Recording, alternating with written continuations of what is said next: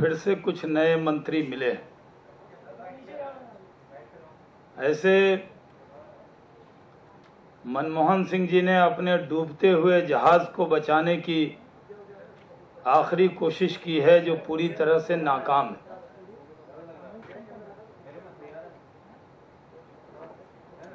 देश की आवाम को उम्मीद थी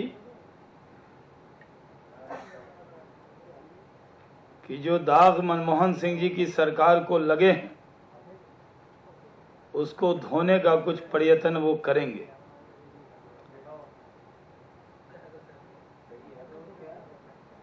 लेकिन मनमोहन सिंह जी की नज़र अपने पार्टी में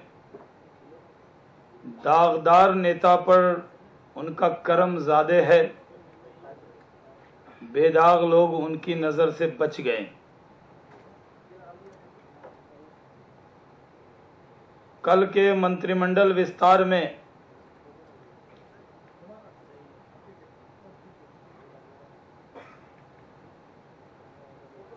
जो दागी मंत्री थे उन सबको अभयदान देने का काम मनमोहन सिंह जी ने किया है। कांग्रेस की सरकार पर मंत्रिमंडल के विस्तार के बाद दाग और गहरे हुए।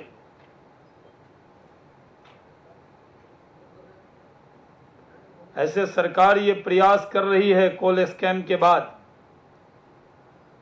कोई न कोई ऐसी खबर बनाई जाए जिससे लोगों का ध्यान भ्रष्टाचार और महंगाई से हट जाए।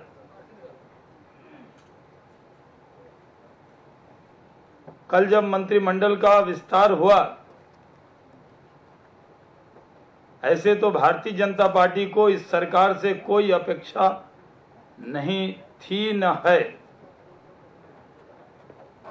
भ्रष्टाचार को जितना भी कवरअप किया जा सकता है, ये सरकार भ्रष्टाचार को कवरअप करने में लगी रहती है। लेकिन मंत्रिमंडल में भी प्रमोशन उन्हीं को मिला जिनके ऊपर कुछ इल्जाम चंद दिनों में आयद हुए थे। मनमोहन सिंह जी की सरकार में इल्जाम लगना, आरोप लगना, ये उनके मंत्री का माइनस पॉइंट नहीं है, बल्कि वो प्लस पॉइंट माना जाता है। जिनके खिलाफ जांच चल रही है उनको प्रमोशन,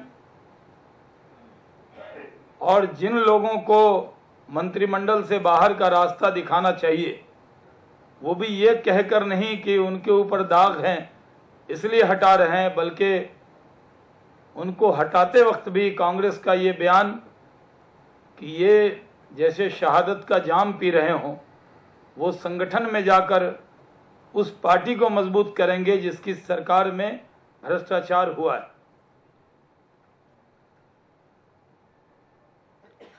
दो अल्पसंख्यक मंत्री, समाज सेवी मंत्री को प्रमोशन मिला।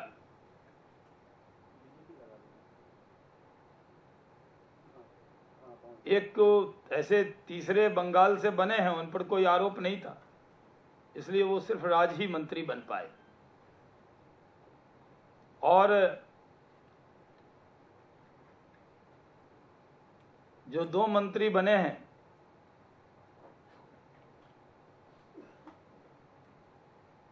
एक पर एक एनजीओ को लेकर सवाल उठे थे फंड, सरकारी फंड के दुरुपयोग का, तो उनको रायसीना हिल पर बैठाया गया है और ऊंचा स्थान उनको दिया गया है।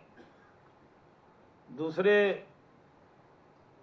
अल्पसंख्यक मामलों के जो मंत्री बने उन पर अभी भी अमानत बैंक का मामला चल रहा है और मामला विचाराधीन। अगर इस तरह की फहरिस्त बनाते जाएं तो ऐसे कई मंत्री हैं जिन पर किसी पर बाहुबली बन होने का इल्ज़ाम है, किसी पर किसी की इमेज दबंग की है, और कुछ मंत्री जिनको प्रमोशन मिला है, कुछ मंत्री टीवी टेलीविज़न पर बयान दे रहे थे कि युवा होने के नाते उनको बड़ा मौका मिला।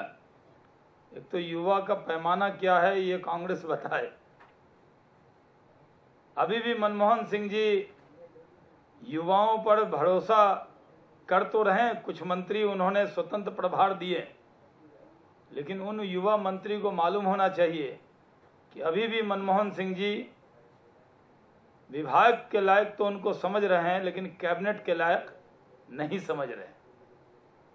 अभी भी उनको कैबिनेट स्तर का दर्जा नहीं दिया गया है। कुछ मंत्री हैं जिनको युवा के नाम पर या राहुल जी के टीम के सदस्य के नाम पर प्रमोशन मिला।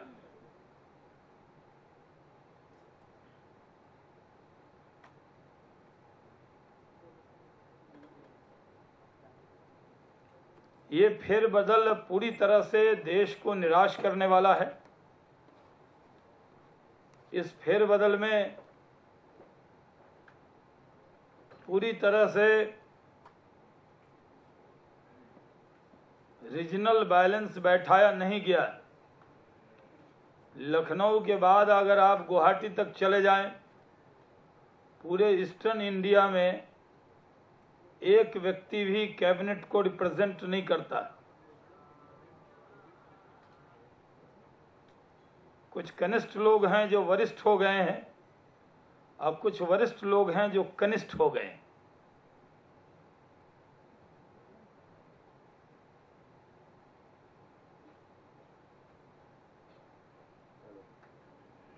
ये विस्तार पूरी तरह से भ्रष्टाचार को कवरअप करने वाला है, लोगों का ध्यान बांटने वाला है। महंगाई और भ्रष्टाचार से देश की पीड़ित जनता का ध्यान बांटने के लिए उठाया गया कदम। भारतीय जनता पार्टी भ्रष्टाचार और महंगाई के खिलाफ, इस सरकार के खिलाफ जो आंदोलन कर रही है उसको जारी रखेगी। हम सब अभी हिमाचल के चुनाव में व्यस्त हैं। आज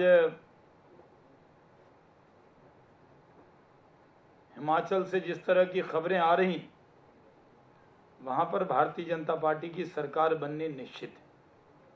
बहुत बहुत धन्यवाद।